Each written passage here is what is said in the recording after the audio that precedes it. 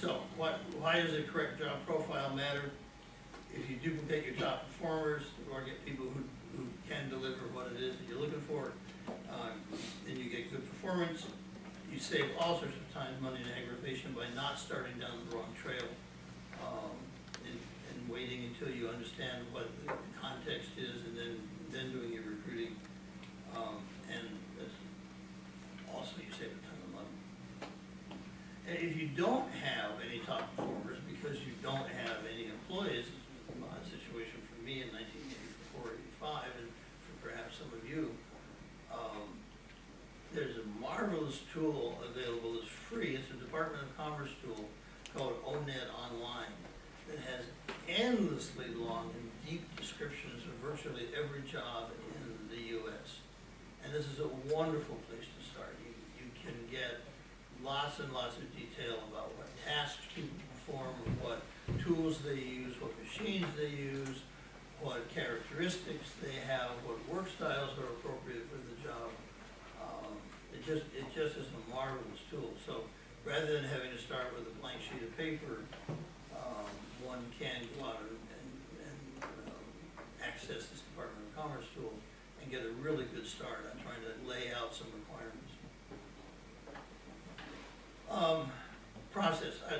Process is really, really boring, so I don't want to talk about it very much this morning, but process gets jobs filled on time, and if jobs get filled on time, then your work gets done on time. It controls the cost and it reduces discord. And that's the end of the process section. Candidates. The candidate pool needs to give the hiring manager really legitimate choices. There is a real role for chaos in hiring folks.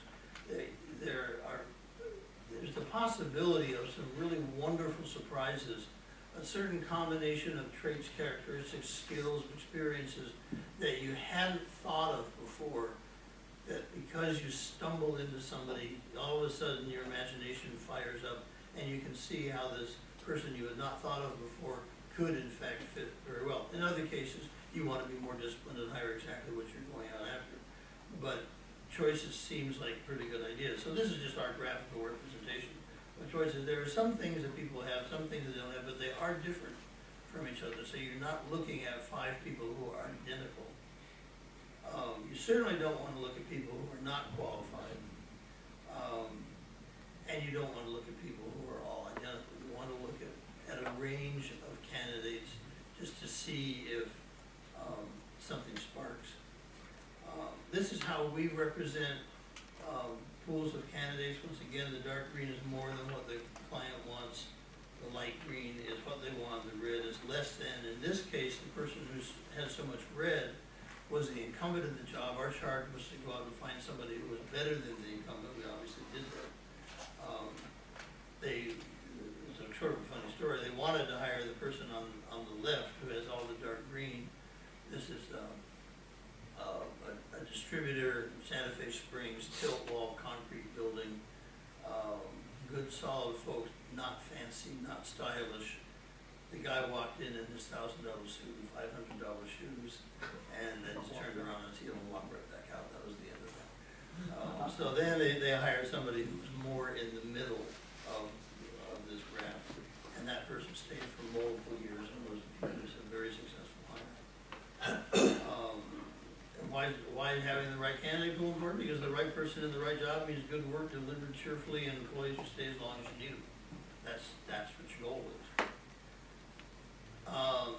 Hiring decision. You want to pick the best person compared to other candidates.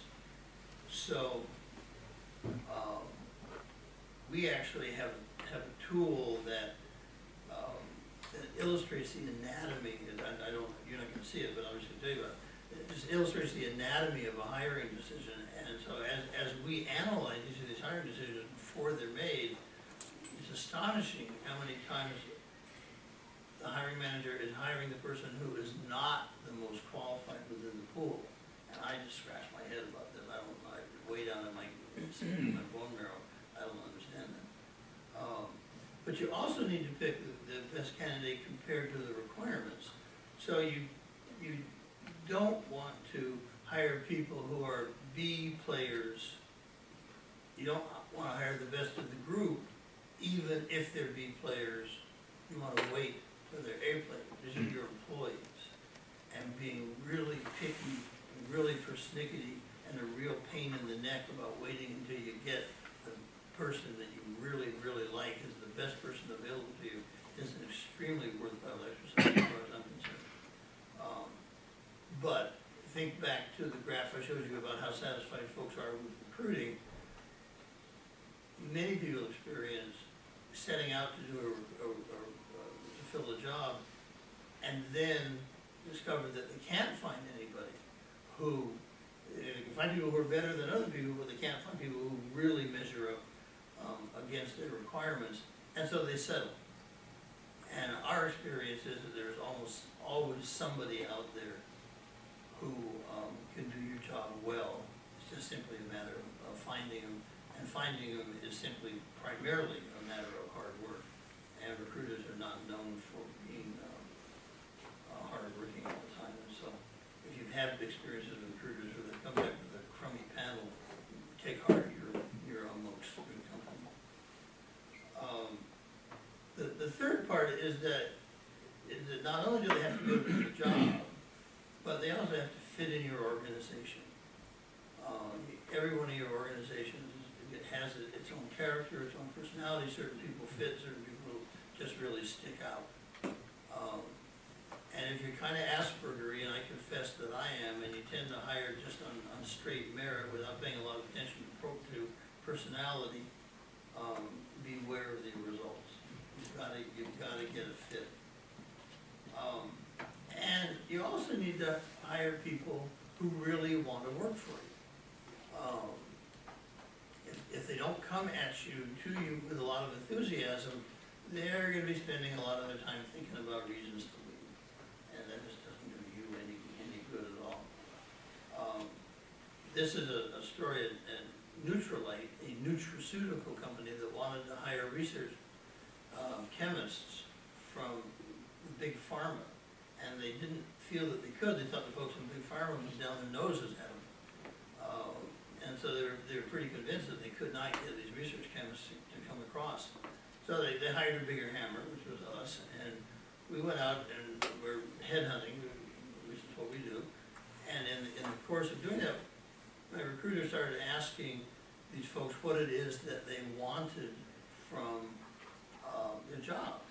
And they told our recruiter, and our recruiter gave me the information. I normalized these comments in the categories, counted, and got this graph.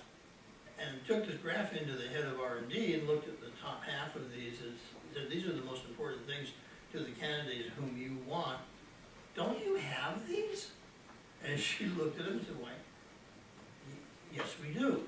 So they terminated our engagement with them instantly, printed up some recruiting collateral that pointed out that they had all these things, went to a couple of professional association meetings, handed out their collateral, and they had a line around the block of big pharma research scientists who wanted to come to work for Nutrilite, in great part because they had all the stuff that they wanted, but also because you got to see products hit the store shelves before you died, which in the big pharma case with all the FDA trials just isn't true. So Nutrilite had an extremely attractive job, and they just didn't know it was attractive. So this is a lovely instance in which they were able to hire people who were passionate about coming to work for them. So this is the process. When we put requirements for jobs together, we like to write around 35 for a job, about 2/3 job related and 1/3 culture fit related. We will scale them 1 through 5 and put very specific behavioral statements next to those numbers. Instead of none, little, okay, more than okay, a lot, we will say things like if the requirement is lifting weight to waist, 1 will be 5 pounds, 2 will be 15 pounds, 3 will be 25 pounds. Very specific behavioral statements. And then the interviewing is simply a matter of chatting with somebody and then matching their answers to one of these behavioral statements. So, we will ask about each one of these categories, in this case a sales job, and we will give it a number. And we actually, as I said earlier, I think that we tend to use 3 colors. 3 is for what the client wants. We typically write them, so 3 is what the client wants. 4 and 5, more than, and 1 and 2 is less than, and 4 and 5 dark green, and less than is red.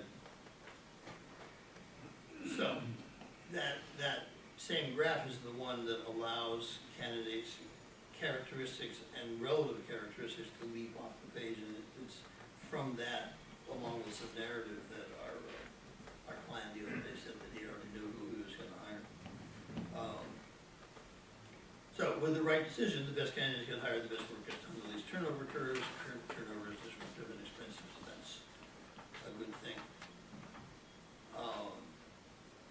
In the end, what you're looking for is long-term, stable, and highly productive employees, which help you have an effective, stable organization that doesn't waste a lot of time and energy with personnel problems, but rather is able to concentrate the energy on getting the work done.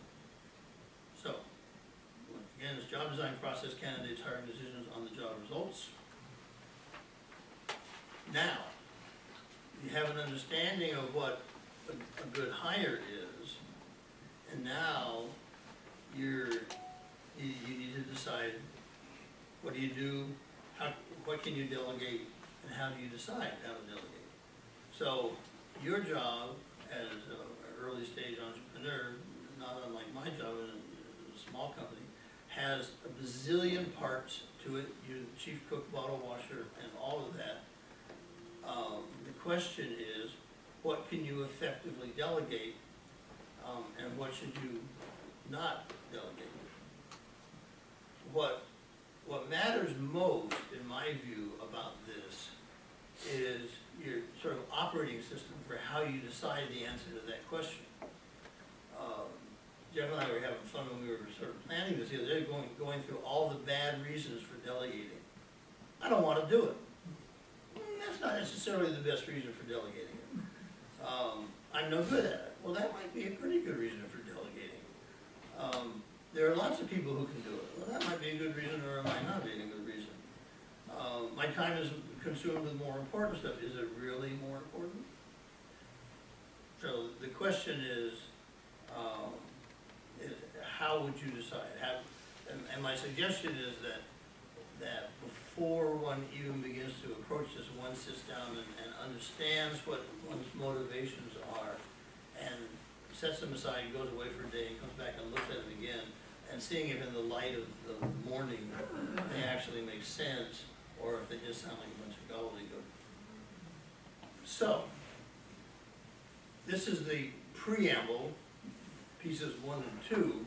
The question that we don't know the answer to is whether there's any interest in going to step 3. We certainly have the ability to put together a workshop, take 1 or 2 companies, deconstruct the boss's job into its various parts, decide what the first hire, or maybe even a second hire might be, develop a set of requirements